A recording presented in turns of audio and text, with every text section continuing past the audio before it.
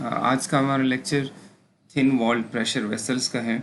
ये मैंने book open की है, मैकेनिक्स ऑफ मटेरियल्स बाय पाइटल।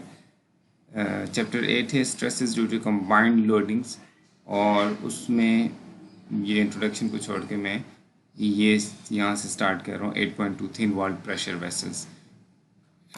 ये मैंने लेक्चर नोट्स को स्कैन करके यहाँ रखा हुआ है। इनकी मदद से मैं आपको पढ़ाऊँगा, और जहाँ फिगर्स की ज़रूरत पड़ेगी वहाँ फिगर्स की क्लैरिटी के लिए मैं आपको बुक पे लेके जाऊँगा। तो thin walled pressure vessels generally ये क्या होते हैं, ये कंटेन करने के लिए होते हैं फ्लूइड्स को। फ्लूइड्स में लिक्विड्स और गैसेस आपको पता है दोनों शामिल हैं। सो इसकी एग्जांपल्स हैं वो gas cylinders, boilers, steam pipes. थोड़ा मैकेनिकल सा टॉपिक है, but it has some applications in civil engineering also. For example water tank के अंदर जो वाटर इनक्लोज्ड होता है, it exerts pressure on the walls of the water tank, overhead water tank or underground water tanks. ये सारे basically pressure vessels हैं. So the contained fluid exerts pressure on the walls of the vessel and tends to burst the vessel. Thus, the applied load on pressure vessels is the bursting pressure of contained fluid. This is different from usual cases in civil engineering, where loads are almost always gravity loading accompanied by other loadings like wind loadings and others. So pressure vessels के बारे में सबसे important बात यह है कि इनके अंदर जो loadings हैं वो बाहर से कोई लोड नहीं लग रहा। इन लोडिंग इसके अंदर बस वही प्रेशर है जो अंदर उसके बिल्ड हुआ है, जो फ्लूइड की वजह से बिल्ड हुआ है, वही बर्स्टिंग प्रेशर इसकी अप्लाइड लोडिंग है। बाहर की कोई लोडिंग इसमें नहीं है। In order to make them safe and durable, we need to either choose a stronger material or increase the wall thickness. So naturally safe और ड्यूरेबल के लिए आपको या स्ट्रॉन्गर मटेरियल चाहिए जो ज़्यादा स्ट्रेस सस्टेन कर सके, या फिर आप वॉल की थिकनेस इंक्रीज करें। सो types of pressure vessels based on shape, cylindrical vessels are simply cylinders. Cylindrical vessels are simply cylinders like this. या फिर spherical vessels इस तरह से।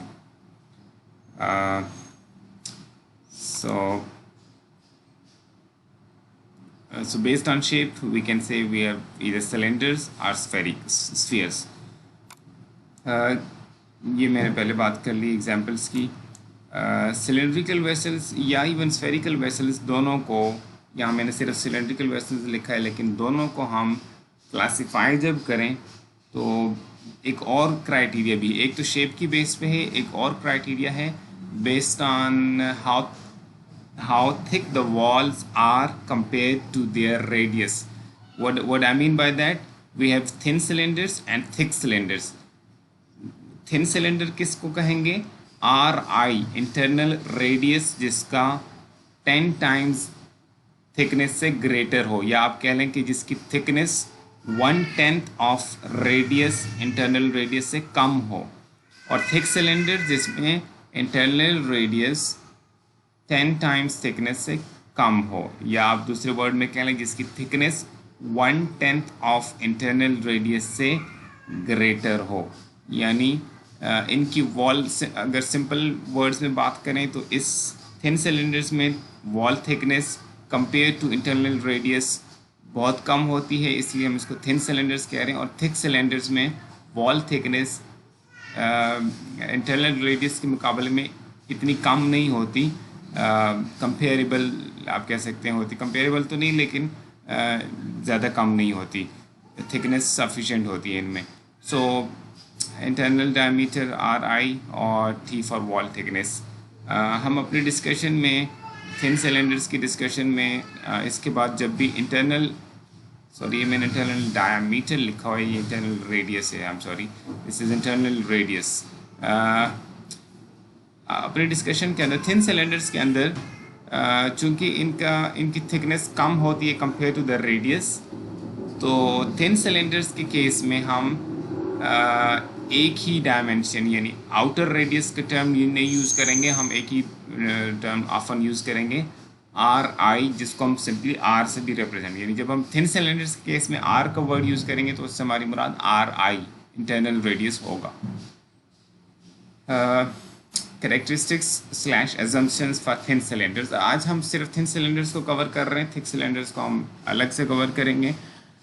थिन सिलेंडर्स ये इनका एक तो हमने बात कर ली है, जैसे बाय डेफिनेशन इनका इंटरनल रेडियस 10 टाइम्स ग्रेटर होता है इनकी थिकनेस से, और secondly ends of the cylinders are not supported from sides, यानी यहाँ से कोई सपोर्ट नहीं लग रही, यहाँ से भी और यहाँ से भी। ये एक सेल्फ कंटेन्ड सिस्टम है, बाहर से ना कोई सपोर्ट है और ना बाहर से कोई लोडिंग लग रही है।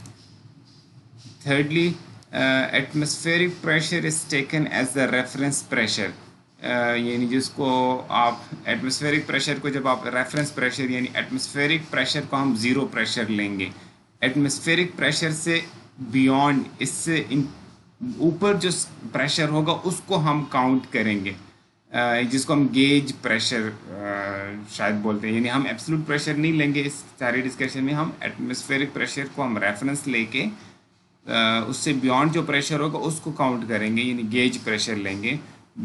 उसकी वजह ये है कि even before filling the cylinder, even before filling the fluid into the cylinder, atmospheric pressure was present inside and outside the cylinder. So it is the internal pressure, it is the internal pressure in excess of atmospheric pressure that causes or tends to cause bursting of the cylinder.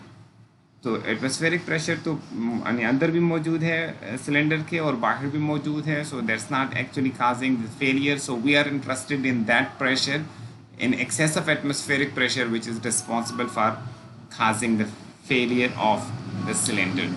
Now, fourth, we have already discussed this, that the internal radius is greater than 10 times their wall thickness, या दूसरे word में their thickness is less than 1/10 of their internal radius 2.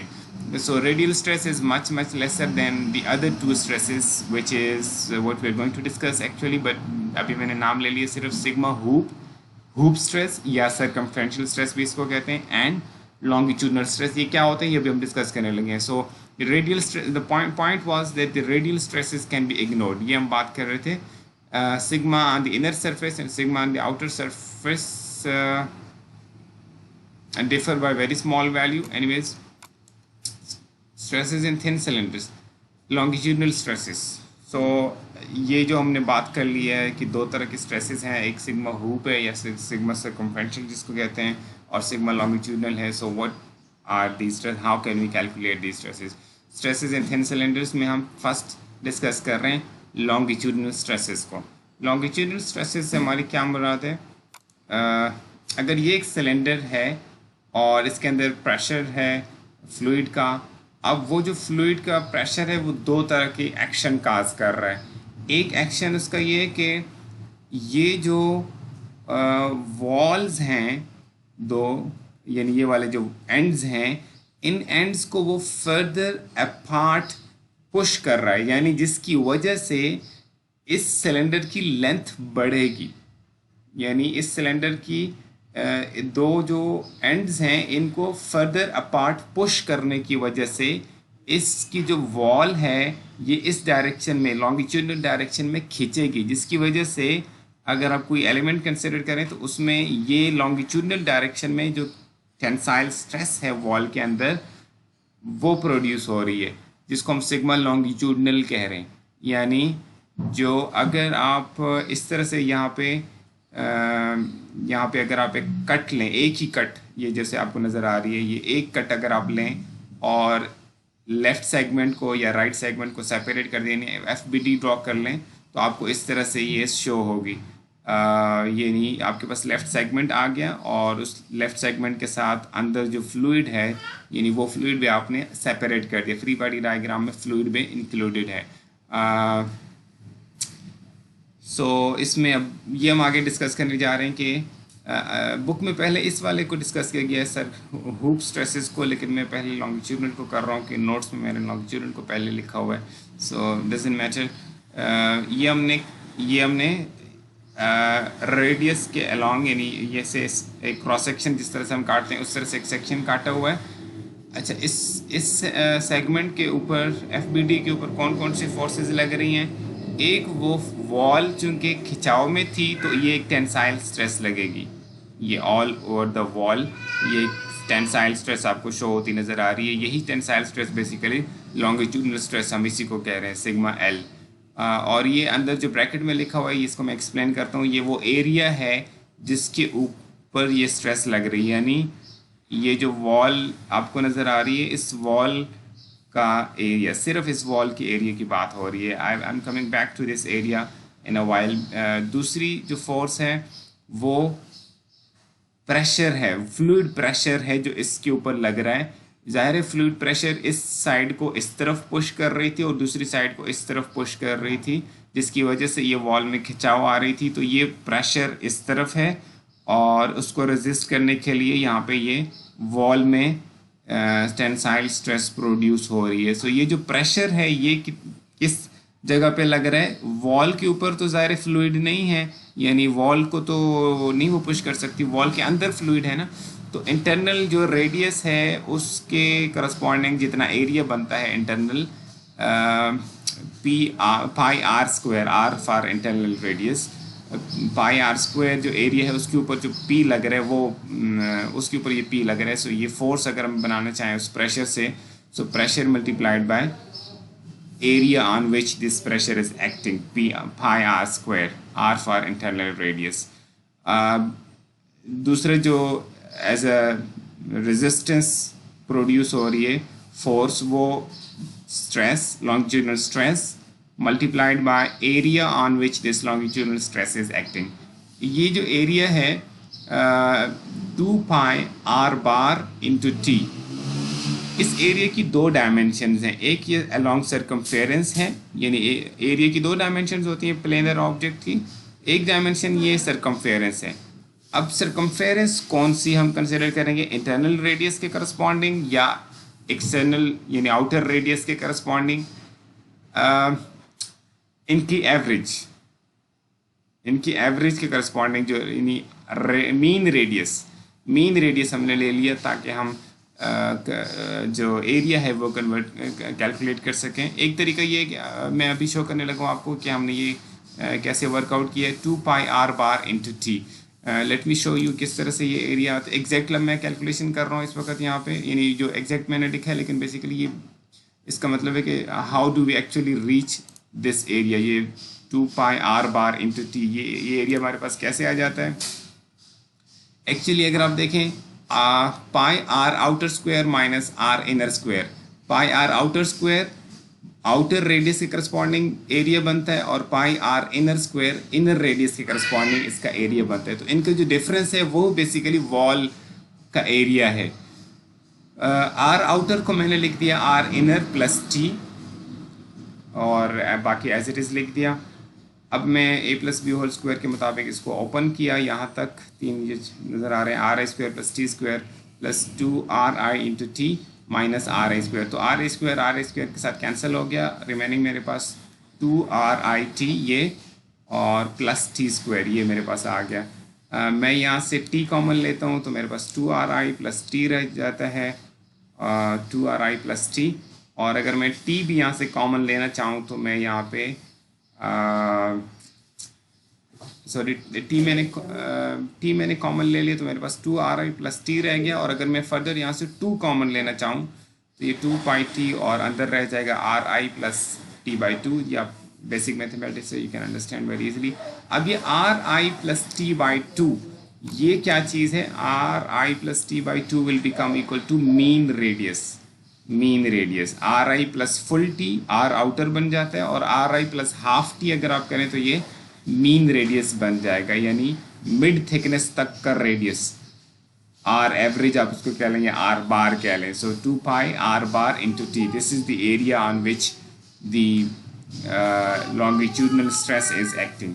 ठीक है, ये वाला area wall को अगर आप देखें उसका एरिया। सो अब इसको आप देखें, इसकी FBD हमने ड्रॉ कर लिया, हमने फोर्सेस ड्रॉ कर दिए। Now we just need to consider the equilibrium equation in the longitudinal direction. वो इक्विलिब्रियम इक्वेशन यहाँ पे लिखी गई है, मैं आपको यहाँ से भी दिखा सकता हूँ। ये मैं पहले डिस्कस कर चुका हूँ, ये मैंने अभी डिस्कस किया है। मैं नेक्स्ट पेज है मेरा, इस पे आ रहा हूँ। ये मैं पहले डिस्कस कर चुका। The area in which internal pressure is acting is pi r inner square, जिसको हम पाई आर स्क्वायर से रिप्रेजेंट कर रहे हैं। सो उसकी वजह से जो resultant force due to internal pressure on the end walls है वो P into pi are square है, यानी pressure multiplied by area on which pressure is acting, ये वो रिजल्टेंट फोर्स है ड्यू टू प्रेशर। और लॉन्गिट्यूडनल स्ट्रेस जिसको हमने एज्यूम किया है कि वो uniformly distributed through out the thickness, यानी हम एक ही वैल्यू यूज़ कर रहे हैं सिग्मा लॉन्गिट्यूडनल। हम ये नहीं कह रहे कि इनर सरफेस और आउटर सरफेस पे कितनी है, we are neglecting that variation. हम सिग्मा लॉन्गिट्यूडनल सिंपली लिख रहे हैं into T pi 2 pi are bar into t, ये हम पहले डिस्कस कर चुके हैं।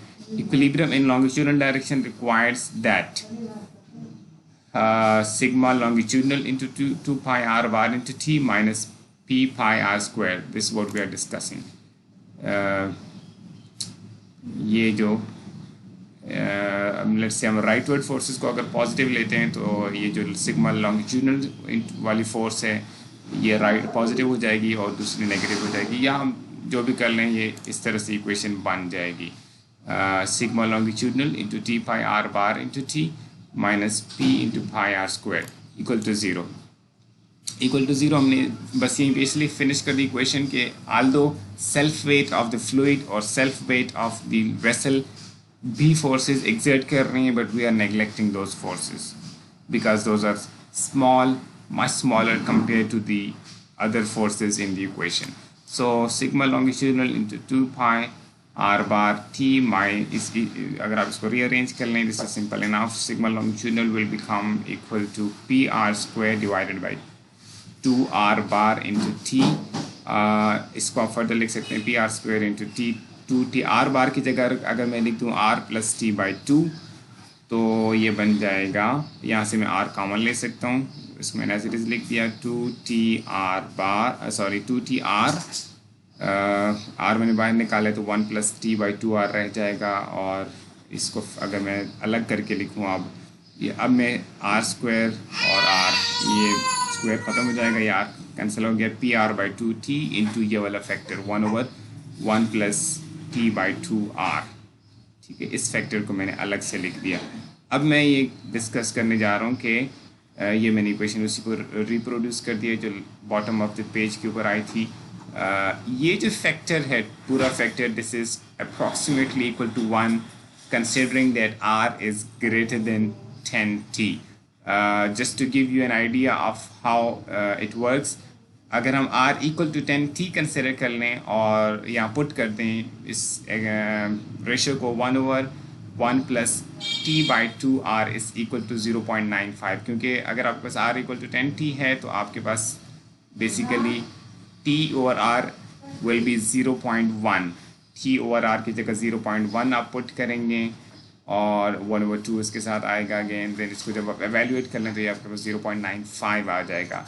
So for any r equal to x times t where x is definitely at least equal to or greater than 10 by definition of the thin cylinders, अगर आप workout कर लें तो आप इसके पास x की फॉर्म में भी इसको वर्कआउट कर सकते हैं। For any value of x, जैसे मैंने 10 के लिए कैलकुलेट किया, ये फैक्टर 0.95 के बराबर था। अगर ये r 15 टाइम t के बराबर हो तो ये फैक्टर 0.97 हो जाता है, और अगर ये r 50 टाइम्स t के बराबर हो तो ये फैक्टर 0.99 हो जाता है। So this is in all cases maximum इसकी वैल्यू 0.95 है थिन सिलेंडर्स के लिए, जो कि बाउंड्री है r इक्वल टू 10t। इससे नीचे थिन सिलेंडर बाय डेफिनेशन ये थिन सिलेंडर रहता नहीं है, तो 0.95 r ग्रेटर इस फैक्टर की वैल्यू पूरे फैक्टर की वैल्यू इस जो कि ब्रैकेट में है इसकी वैल्यू 0.95 या इससे ग्रेटर ही होगी। सो इस वजह से हम इसको approximately P r by 2t लिख सकते हैं। So longitudinal stress is PR by 2T. What is P? P is the internal pressure due to fluid, R is internal radius, T is wall thickness. Now second is ये longitudinal stress था, second is hoop or circumference stress. Let me come back to the figure. Hoop stress के basically longitudinal में क्या हो रहा था, ये walls further apart push हो रही थी जिसकी वजह से वॉल्स में एक खिंचाव आ रहा था और उसको हमने डिटरमिन कर लिया कि लॉन्गिट्यूडनल जो स्ट्रेस है वो किस चीज़ के इक्वल है. We have just derived an expression. जो दूसरी टाइप की स्ट्रेस है जिसको हम हुप स्ट्रेस या सर्कमफेरेंशियल स्ट्रेस कह रहे हैं, वो स्ट्रेस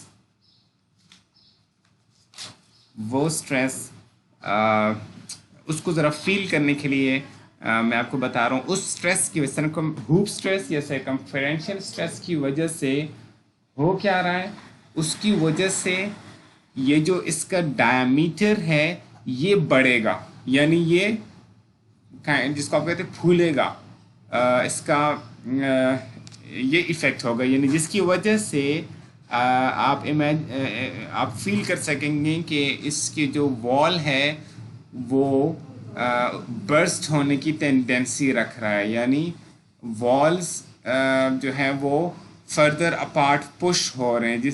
यानी अगर हम इसको फील करना चाहें तो अगर आप सेपरेट कर दें, ये मैंने dx लेंथ कंसिडर कर ली है बीच में, bounded by these two circumferential lines. अगर मैं यहाँ पे कट लूँ एक, फिर एक और कट यहाँ पे लूँ तो ये मेरे पास एक डिस्क बच जाएगी. और फर्दर अगर उस डिस्क को मैं हाफ से काट दूँ तो मेरे पास, लेट्स से अगर मैं बॉटम वाले पार्ट को कंसिडर कर दूँ तो ये मेरे पास FBD बन जाएगी, जिससे मैं कैलकुलेट करने जा रहा हूँ सर्कमफ्रेंशियल स्ट्रेस. मैं रिपीट कर रहा हूँ, how did we reach this FBD. एक कट मैंने इस लाइन के अलॉन्ग लगाया, पहली वाली लाइन, दूसरा कट यहाँ लगाया, तो बीच में एक मेरे पास डिस्क बच गया dx लेंथ का. उसके बाद मैंने फर्दर एक डायमीट्रल प्लेन के अलॉन्ग यहाँ कट लगाया, तो ऊपर वाला पार्ट को मैंने अलग कर दिया और नीचे वाले पार्ट की मैंने FBD ड्रॉ कर दी. अब नीचे वाले एक फोर्स इसमें जा रहे, इस साइड पे लॉन्गिट्यूडनल डायरेक्शन में स्ट्रेसेस हैं और इसी तरह अपोजिट जो साइड है वहाँ भी लॉन्गिट्यूडनल स्ट्रेसेस हैं, खिंचाव की स्ट्रेसेस हैं, टेंसाइल स्ट्रेसेस हैं, लेकिन उनको मैं शो नहीं कर रहा because I am not interested in that direction at the moment. वो मैं अलग से कंसिडर कर चुका हूँ, इसलिए उनको शो नहीं किया. अदरवाइज़ अगर आप उसूली बात करें तो इसमें सारी फोर्सेस को अगर आप ड्रॉ करना चाहें, FBD की जो रिक्वायरमेंट एक होती है कि आप सेगमेंट को अलग करते हैं, फिर उस पर जितनी फोर्सेस लग रही हैं वो शो कर दें. तो यहाँ से भी हमने चूँकि सेपरेशन की है तो ये यहाँ से टेंसाइल स्ट्रेसेस ऑल्दो एक्ट कर रही हैं, but we are not showing them because they are not going to be included when we consider equilibrium of vertical forces. इन forces के equilibrium में ये जितनी भी होंगे they will not be a part of it. So we're not showing those forces. उसके अलावा हमने weight of the fluid को neglect किया है और इस weight of the vessel जो इस wall है इसकी भी हमने self weight को neglect किया. So what are we left with?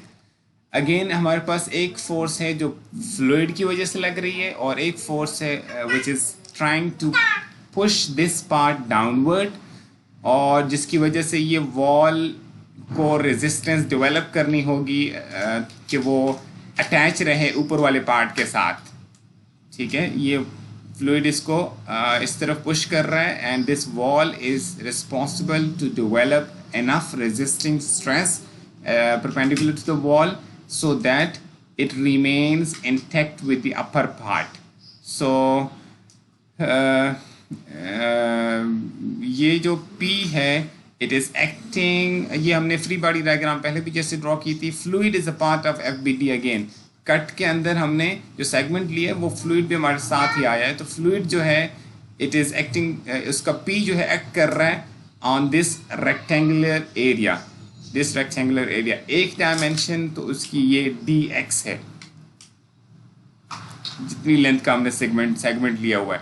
दूसरी डायमेंशन उसकी 2 times इंटरनल रेडियस है जिसको हम 2r से रिप्रेजेंट कर रहे हैं, ये वाली. सो P multiplied by 2r into dx, ये pressure into area on which pressure is acting, ये वो फोर्स बन गई। और दूसरी फोर्स वो इंटरनल रेजिस्टिंग फोर्स है जो कि सिग्मा सी सर्कमफ्रेंशियल या हुप स्ट्रेस की वजह से प्रोड्यूस हो रहा है। तो हुप स्ट्रेस किस एरिया पे एक्ट कर रहा है, हम एक साइड को कंसिडर कर रहे हैं, दूसरी साइड उसी तरह है, फिर हम इसको डबल कर लेंगे। So sigma c is acting on this area. ये जो वॉल का एरिया है ये भी एक रेक्टेंगुलर एरिया है जिसकी एक डायमेंशन dx है, दूसरी dimension thickness of the wall है। So T into dx is the area on which this sigma c is acting. So force will be equal to stress multiplied by area on which this stress is acting. So एक side पे sigma c into T times dx force produce हो रही है resisting के तौर पे, और similar force दूसरी side पे produce हो रही है। So total force will be 2 times sigma c into T dx. Now if you consider equilibrium of forces acting in this vertical direction, for example, taking upward forces positive, you can write down this equation. 2 times sigma c into T dx, this force, 2 times ये वाली और ये वाली मिला के, और उसके opposite में डाउनवर्ड जो है विद अ माइनस साइन ये वाली force minus p into minus p into 2r dx equal to 0, क्योंकि बाकी फोर्सेस को हमने वेट्स, सेल्फ वेट्स को, फ्लूइड और वेसल के वेट्स को हमने नेग्लेक्ट कर दिया हुआ है, और जो लॉन्गिट्यूडनल हैं वो इस डायरेक्शन में चूंकि उनका कोई कंपोनेंट नहीं बनेगा इसलिए वो इस इक्वेशन के अंदर नहीं आएंगी। सो ये सर्कमफ्रेंशियल स्ट्रेस के अगर आप इसको वर्कआउट कर लें, dx will be cancelled out, you can find out that sigma c will be equal to PR/2T। यही कुछ मैंने यहाँ पर भी किया हुआ है, यही उसी तरह से इक्वेशन लिखी हुई है, और जब आप इसको सिंप्लीफाई करें तो sigma c is equal to PR/2T। P is again same thing, pressure in the vessel due to fluid, internal pressure है, R is internal radius, T is the wall thickness. Now if you compare circumferential stress and longitudinal stress, so circumferential stress, or should I say longitudinal stress, is 1/2 of the circumferential stress. So longitudinal stress is 1/2 of the circumferential stress. So या आप simply कह ले, या आप यूँ भी कह सकते हैं circumferential stress is 2 times the longitudinal stress. What does it mean?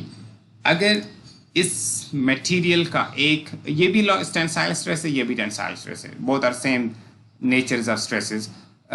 अगर इसके अंदर कोई जॉइंट ही नहीं है सिलेंडर में, यानी छोड़ दें जॉइंट की बात, छोड़ दें, अगर इस सिलेंडर को हम P को बढ़ाते जाएं, P इंक्रीज करते जाएं until the point of bursting, तो ये जब बर्स्ट होगा ये सिलेंडर, तो चूंकि ये वाला stress for any value of P double है compared to this longitudinal stress, so this sigma c will first reach the yield strength of the material. तो इसका मतलब है जिस किसी भी P वैल्यू के लिए sigma c will first reach the yield strength, इसका मतलब failure will always take place due to hoop stress or circumferential stress. बाकी ये जॉइंट्स की डिस्कशन है, we are not going to go into this, ये basically उस scenario की बात कर रहे हैं। चले मैं क्विकली डिस्कस करता हूँ। Comparing equations 8.1 and 8.2, we see that the circumferential stress is twice as large as the longitudinal stress. This is what we have already discussed. It follows that if the pressure in a cylinder is raised to the bursting point, the vessel will split along a longitudinal line. Why longitudinal line? It will fail because sigma c would become equal to sigma yield, जिसकी वजह से अब circumferential stress की वजह से जो failure होगा वो किस तरह का होगा, वो इस तरह का failure होगा। फॉर एग्जांपल अगर मैं इस जगह को यानी इस तरह से कंसिडर कर लूँ डायमीट्रल प्लेन, तो ये ऊपर वाला पार्ट ऊपर को उड़ जाएगा, नीचे वाला पार्ट नीचे को फ्लाई करेगा। तो जो लाइन होगी जिसके अलॉन्ग रप्चर होगा वो ये वाली लाइन होगी, यानी ये एक इस तरह का लॉन्गिट्यूडनल लाइन होगी, लॉन्गिट्यूडनल प्लेन के ऊपर ये फेल होगा। Half hemisphere will fly up, half hemisphere will fly down, and this will be the longitudinal plane on which, ये वाला प्लेन जिसका एक पार्ट यहाँ पे शो हो रहा है, इस प्लेन के अलोंग रप्चर हो जाएगा, ऊपर वाला पार्ट ऊपर, नीचे वाला पार्ट नीचे जाएगा। इसलिए हम यहाँ पे लिखा हुआ है the vessel will split along a longitudinal line या longitudinal plane. When a cylindrical tank is manufactured from curved sheets that are riveted together as in figure 8.2, the strength of longitudinal joints should be twice the strength of girth joints. ये longitudinal joints हैं, यानी यहाँ पे जो एक sheet को दूसरी sheet से रिविट किया जा रहा है, तो ये जो joints हैं, ये these joints are responsible for resisting, ये जो मैं अभी शो कर रहा हूँ आपको, ये वाले joints, these are responsible for resisting failure due to circumferential stresses, क्योंकि वो नीचे वाले पार्ट को इस तरफ और ऊपर वाले पार्ट को इस तरफ सेपरेट करने की कोशिश करेगा। तो these joints are responsible for resisting circumferential stresses, और circumferential stresses are twice as large as the longitudinal stresses। इस वजह से इनकी जो strength है, it should be double that of these joints। ये जो girth joints है, ये जो circumference के along लगाई गई है, यानी जो कि इनका काम क्या है कि इस वाली सेगमेंट, लेफ्ट सेगमेंट को राइट सेगमेंट्स के साथ जोड़े रखना, ताकि ये जो वॉल में खिंचाव होगी कि ये वॉल इस तरफ जाना चाह रही है, ये वॉल इस तरफ जाना चाह रही है, उसको इनको इंटैक्ट रखने के लिए these joints are responsible for resisting longitudinal stress। और चूँकि longitudinal stress half है compared to the circumferential stress, इसलिए इनकी जो strength है that needs to be only 1/2 of the strength of the longitudinal joint। अगर same spacing पे हो, या तो हम यूँ कर सकते हैं कि हम इस तरफ जो spacings हैं, अगर इनको stronger बनाना है तो या तो हम इनकी spacings को half कर लें, या फिर हम इनका मटेरियल ट्वाइस एज स्ट्रॉन्ग बना दें। मटेरियल ट्वाइस एज स्ट्रॉन्ग बनाना इट्स डिफ़िकल्ट जॉब, तो हम इसकी स्पेसिंग जो है वो हाफ होनी चाहिए compare to spacing of this how we can increase the strength of joints. ये हमने अभी तक जो कंसिडर किया है, ये सिलेंड्रिकल शेप्स थी, यानी इस तरह की शेप्स थी। अगर हम एक स्फीयर को कंसिडर करें, दिस इज़ वेरी सिंपल, हम क्विकली इसको कवर कर लेंगे। स्फीयर है, जब हम स्फीयर की बात कर रहे हैं तो इसमें कोई लॉन्गिट्यूडनल या कोई रेडियल डायरेक्शन, ये सारी डायरेक्शंस एक ही हैं, बस रेडियल डायरेक्शन है इसकी कोई क्योंकि ये सिमेट्रिकल है, कोई लेंथ और वाली डायमेंशन इसकी नहीं है, एक ही डायमेंशन इसकी कंप्लीटली इसकी डायमेंशन को डिफाइन करेगी, रेडियस वाली डायमेंशन, इंटरनल रेडियस और आउटर रेडियस। सो इसके अंदर क्या होगा, एक पी प्रेशर अगेन उसी के अंदर डेवलप हो रहा है, जिसकी वजह से एक टाइम पे हम एक साइड को कंसिडर करेंगे, यानी अगर आप इसको यूं कट करें, इस तरह से कट करें इस लाइन के अलोंग, ये जो आपको मैं डॉट डैश लाइन के अलोंग माउस दिखा रहा हूँ, इसके अलोंग अगर आप इसको काटेंगे तो ये आपको ये जो सिग्मा दिखाया गया है ये वाला फील होगा। यानी अगर ये जो हेमिस्फीयर है, ऊपर वाला हेमिस्फीयर ऊपर को ओढ़ने की कोशिश कर रहा है, नीचे वाला नीचे को ओढ़ने की कोशिश कर रहा है, तो अगर हम नीचे वाले को ड्रॉ करें ऊपर वाले से अलग करके FBD यानी नीचे वाले की ड्रॉ करें, तो ये वॉल एक तो ये प्रेशर इसको नीचे की तरफ पुश करने की कोशिश कर रहा है to separate it from the upper part, और ये जो वॉल्स हैं they are responsible for developing and resisting tensile force so that it can keep this bottom part in contact intact with the upper part. तो ये pressure इस तरफ और wall के अंदर जो स्ट्रेसेस हैं they are resisting them by producing this force. Again इसमें very similarly P into pi are square, R is internal, इसके ऊपर ये प्रेशर एक्ट कर रहा है, pi are square, R is internal radius, और ये जो फोर्स है ये जो फोर्स है सिग्मा, जिसको हमने इस सिग्मा का टर्म हम इसलिए यूज़ कर रहे हैं कि अब इसमें कोई लॉन्गिट्यूडनल या सर्कमफेरेंस वाली बात नहीं है, दिस इज़ वन सिग्मा। ये सिग्मा इस वॉल का जितना एरिया बनता है, जिसको पहले भी हम डिस्कस कर चुके हैं, 2 pi are bar is the average radius या mean radius into T is the wall thickness. तो इस केस में अगर हम इक्विलिब्रियम इक्वेशन लिखेंगे तो ये हम पहले भी प्रैक्टिस इस तरह की कर चुके हैं, sigma into 2πr⁴ into t equal to p into πr²। अगर आप सिंप्लीफाई करें तो sigma is equal to PR/2T, वही एक्सप्रेशन जो हमारे पास एक लॉन्गिट्यूडनल स्ट्रेस के लिए आई थी, sigma L equal to PR/2T। Because अगर आप देखें तो ये भी उस तरह की सिचुएशन है, इस तरह की ये वाली सिचुएशन है। सो अगर आप इसके अलॉन्ग कंसिडर करते कट, तो एक जो मेरी साइड पे है, इस साइड पे जो हेमिस्फीयर है ये वाली, और जो बैक की तरफ है वो आपस में सेपरेट होने की कोशिश करेंगी। एक इनटू द स्क्रीन, एक आउट ऑफ द स्क्रीन उड़ने की कोशिश करेगा, एक इनटू द स्क्रीन उड़ने की कोशिश करेगा, जिसकी वजह से आपके पास जिसकी वजह से आपको इस वाले के परपेंडिकुलर डायरेक्शन में, यानी इस डायरेक्शन में फोर्स प्रोड्यूस होगी, स्ट्रेस प्रोड्यूस होगी, और मैग्नीट्यूड इसका वही होगा जो अभी हम कैलकुलेट कर चुके हैं। यानी किसी भी डायमीट्रल प्लान के अलॉन्ग अगर आप काटेंगे तो दो हिस्से बनेंगे, उनमें जो स्ट्रेस होगा वॉल्स में, this will be equal to this sigma. ये इसलिए हमने इस डायरेक्शन में भी सिग्मा लिखा है और इस डायरेक्शन में भी सिग्मा लिखा हुआ है। So this what it is. ये वाली एग्जांपल आप यहीं से देख लें। इसमें जहाँ भी स्ट्रेन की बात हुई है उसको छोड़ दें। We are only interested in stresses. A cylindrical steel pressure vessel has semi-spherical end caps. The inner radius of the vessel is 24 inch and the wall thickness is constant at 0.25 inch. When vessel is pressurized to 125 psi, यानी P की value 125 psi हो, determine the stresses and the change in the radius of number 1 the cylinder to the end caps. तो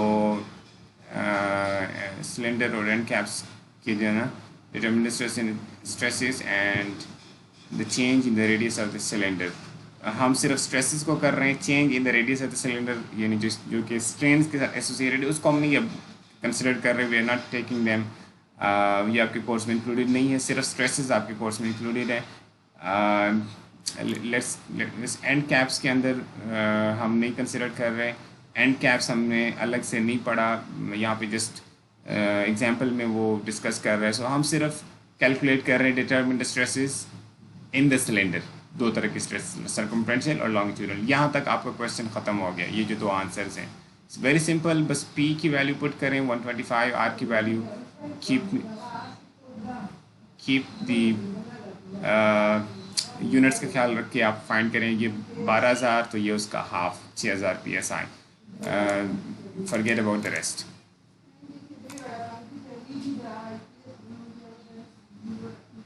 ये मैं आपको यहीं से भी एक एग्जांपल, डायमीटर उसका 2 मीटर है, रेडियस 1 मीटर हो जाएगा या 1000 मिलीमीटर कह लें, लेंथ गिवन है 4 मीटर, प्रेशर उसमें 1.65 मेगापास्कल है, और मटेरियल का वर्किंग स्ट्रेस गिवन है, यानी अलाउएबल स्ट्रेस हमें गिवन है कि वो 150 मेगापास्कल है। तो हमें पूछा ये जा रहा है कि आप मिनिमम जो वॉल थिकनेस है वो कितनी रिक्वायर्ड होगी ताकि ये बर्स्ट ना हो। यानी इस तरह से आपको मिनिमम थिकनेस बतानी है कि जो स्ट्रेस प्रोड्यूस हो वो इसको एक्सीड ना करे।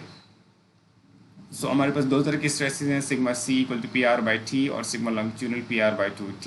ये वाली stress for any value of P greater होगी than this value. So therefore sigma जो हुक स्ट्रेस है, जो सिग्मा C है, it is greater than sigma longitudinal, hence sigma C will control the failure. So putting sigma C equal to sigma W, sigma C की जगह आप sigma W put करें और यहाँ से T की वैल्यू वर्कआउट करें। sigma C की जगह मैंने sigma W पुट किया 150, ये वाली वैल्यू 150 मेगापास्कल, P की वैल्यू पुट कर दी 1.65 मेगापास्कल, R is 1000 मिलीमीटर ये वैल्यू, और T की वैल्यू थिकनेस गिवन है, सॉरी थिकनेस हमने वर्कआउट करनी है for when sigma C is equal to sigma W, so T becomes equal to 11 millimeters. So minimum thickness required to sustain pressure of 1.65 megapascal in the cylinder is 11 millimeters. So this will make sure, so आप अगर 11 millimeters रखेंगे तो आपका sigma C exactly equal to sigma W होगा if you सो आप इससे ज़्यादा thickness रखेंगे, ग्रेटर देन 11 मिलीमीटर आपकी थिकनेस होगी तो आपका जो स्ट्रेस रहेगा वो सिग्मा डब्ल्यू से कम रहेगा। So this is end of the lecture. ये मैं आपसे शेयर करने जा रहा हूँ ऑन यूट्यूब। मैं आपसे लिंक शेयर करने लगा हूँ आपके CR से, वो आपको लिंक भेज देगा। आपने इस लेक्चर को वॉच करना है and note down the question you have. उसके लिए मैं आपको सेशन 1 बजे आपका सेशन रखूँगा, उसके अंदर आपने इस लेक्चर के अंदर जो आपको क्वेश्चंस हैं वो आपने उसमें पूछने हैं। Please keep written question with you. आप मुझे वहाँ पे चैट के अंदर या समहाउ आप मुझे पूछ सकते हैं। अगर रिटन नहीं भी है दैट्स फाइन, लेकिन आपका जो क्वेश्चन है you should have it ready in advance. So that's it.